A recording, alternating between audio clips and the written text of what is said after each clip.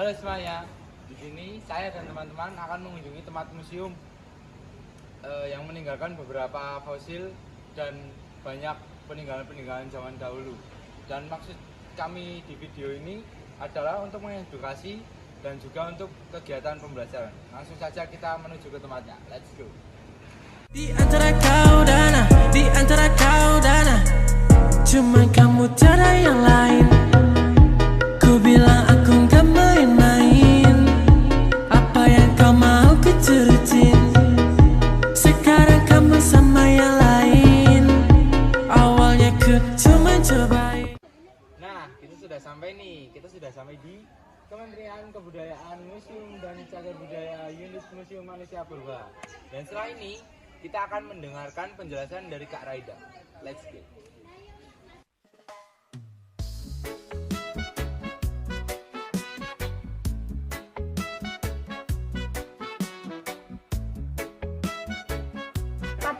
Untuk menyimpan fosil dan juga informasi tentang kehidupan sisa-sisa masa lalu berupa fosil temuan tengkorak manusia, fosil budaya, lapisan tanah dan juga fosil fauna. Jadi Museum Sangiran membahas tentang evolusi manusia, evolusi lingkungan dan evolusi budaya.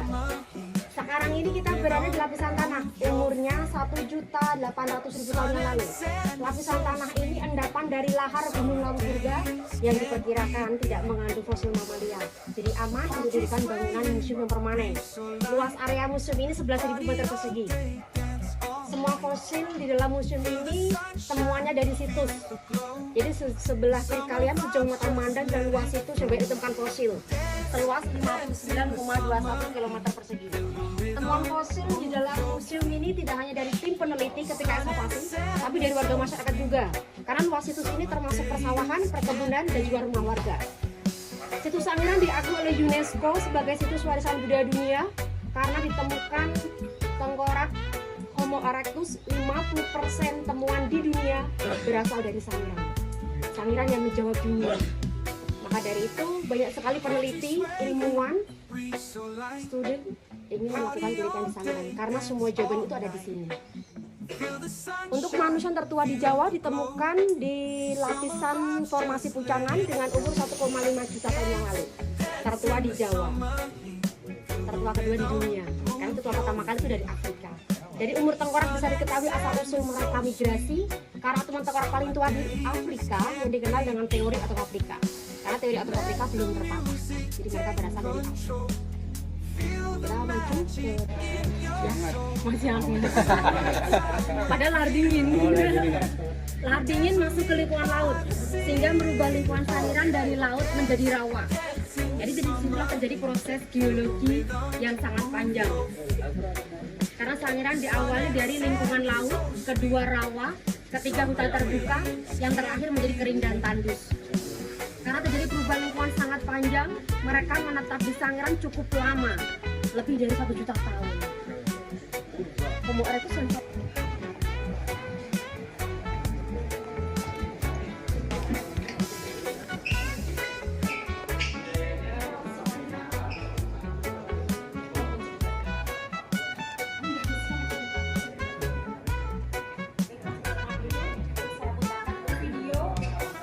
laut, berubah menjadi rawa, daratan subur, sampai daratan kering. Kemudian mereka meninggalkan Sangiran, migrasi ke wilayah timur. Jadi kita mulai dari formasi Kalibeng singkatan dari Kali Bengawan Solo. Temuan fosil pertama kali di aliran Sungai Bengawan Solo. Formasi Kalibeng ini menandakan Sangiran masih berupa laut dalam. Sudah ada kehidupan seperti moluska, hiu, dan juga penyu. Nanti kalian akan melihat fosil fauna lautnya juga. Dari laut Sangiran berubah menjadi rawa karena tidak dapat lahar gunung lawu purba. Di formasi Pucangan.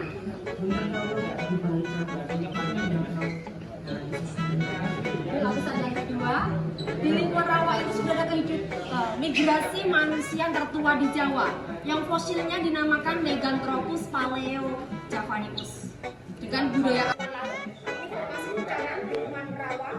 Nah di sini lapisan black clay ini yang ditemukan tengkorak Meganthropus paleojavanicus dan juga ada peralatan alat bantu berupa alat bantu sebelumnya.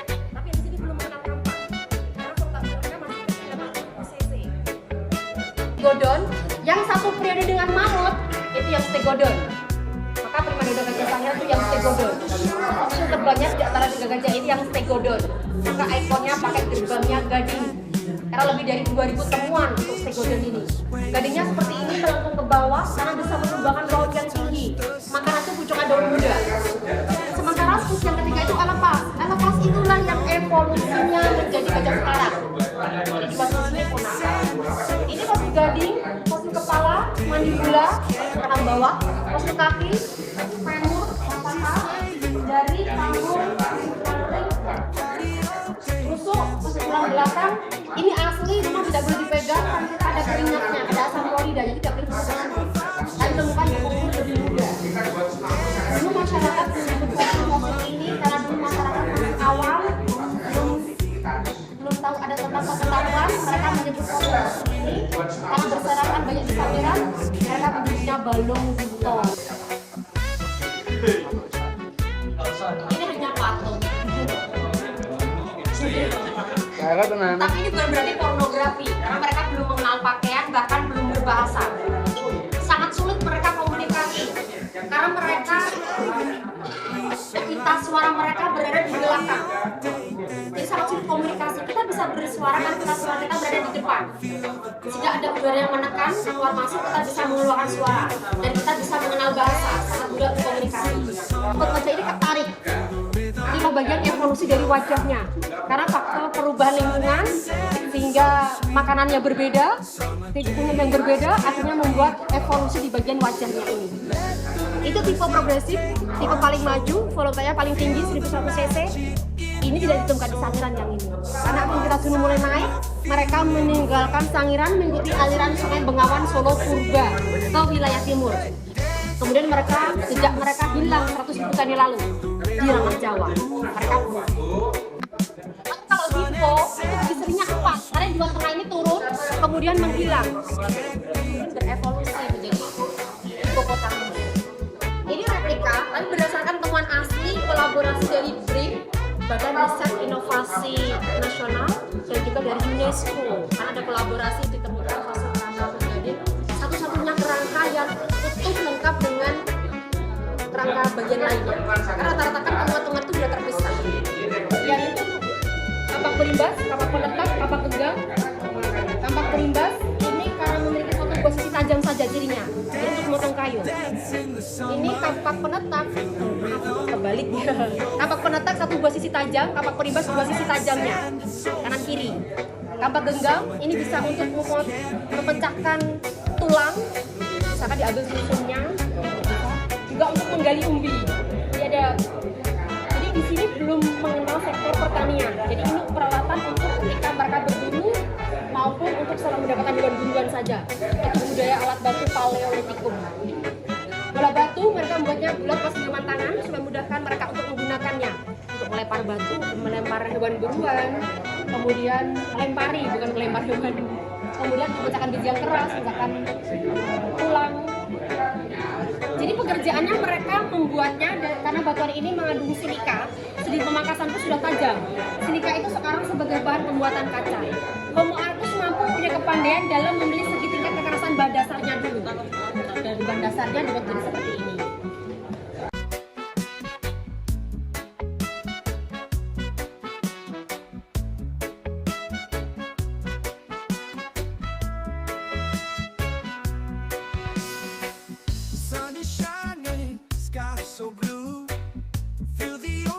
Just me and you. Sandy beaches, waves so high. Summer love, let's touch the sky. Jadi menggenggamnya gini. Dan gigi taring mereka lebih panjang dari gigi pengunyahnya. Itu bukan ciri manusia. Jadi ini manusia purba paling tua ditemukan di Afrika, Australopithecus africanus. Meskipun rekonstruksinya bentuk seperti ini, tapi ciri manusia hadir di sini. Jadi baru giginya, ini bisa menggerakkan jari-jarinya dan bisa beseratan alat batu. Tapi yang ini belum mampu bermigrasi. Hominid pertama bisa keluar dari Afrika adalah Homo erectus ini, sang pengelola dunia. Homo dari kata hominid atau hominidae artinya manusia. Erectus berdiri tegak, karena dari femurnya ini berdiri tegak. Ini Neanderthal di Eropa, dan ini Homo sapiens.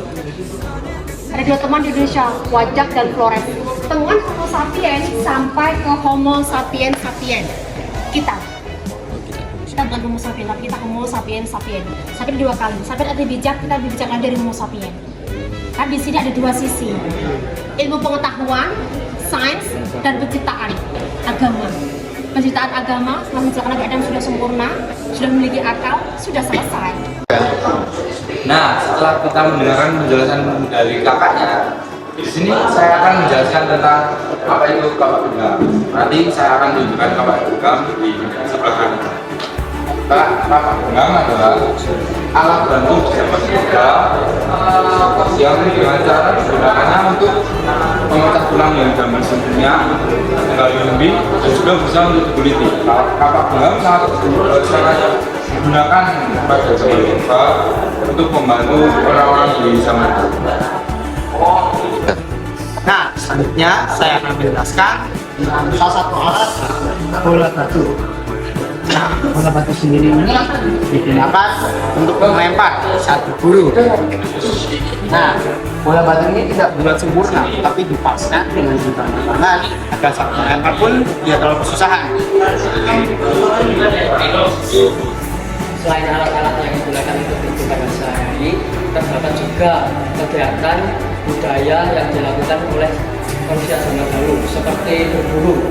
Jadi ada bola genggam, batu genggam yang digunakan untuk melemparkan ke manusianya. Dan ini ada juga kayu genggam yang digunakan untuk memukul manusianya. Seperti ini harimau, dan ini ada kayu yang diluncurkan untuk menusuk buahnya. Nah, terdapat juga budaya lainnya seperti kebun. Ya, terlihat dari salah satu alat kapak genggam, di mana fungsi dari kapak genggam itu selain meneliti, memecah, terdapat fungsi lainnya yaitu untuk menggali tanah menggunakan untuk menanam kemudian. Berarti salah satu budaya mereka yaitu mereka bisa berkebun. Yang ditanam pun biasanya itu umbi-umbi itu. Ini adalah bahan yang terbaik yang dipilih oleh Homo erectus yang digunakan untuk membuat alat-alat batu seperti kapak perimbas dan kapak genggam.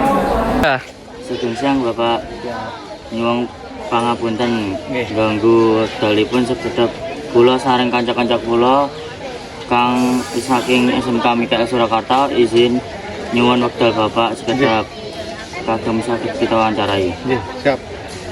Ingkang pertami kados pundi menderek Bapak pasyanon sekolah dipundaken wonten lingkungan Jawi kados wonten museum Sanggeran menika. Nggih, miturut kula nggih kegiatan iki nggih sangat positif sekali.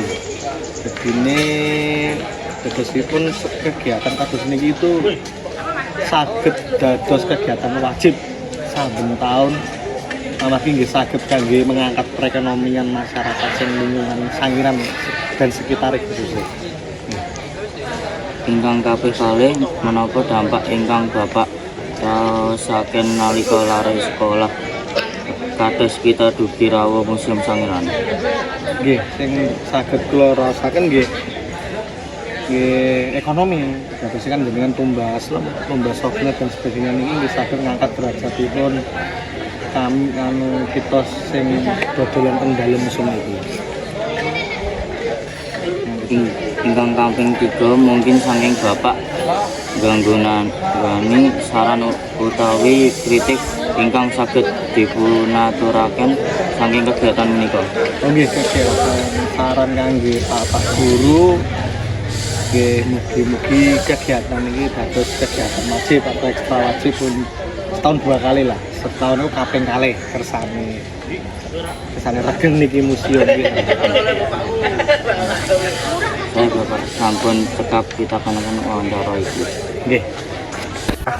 Nah, dari kunjungan di museum ini kita bisa belajar banyak hal. Yaitu manusia pada zaman dahulu mereka sudah mau berinovasi, mau menciptakan, mau beradaptasi pada lingkungan yang baru. Selain itu, manusia pada zaman dahulu mereka sudah mau membuat alat-alat untuk membantu kehidupan mereka.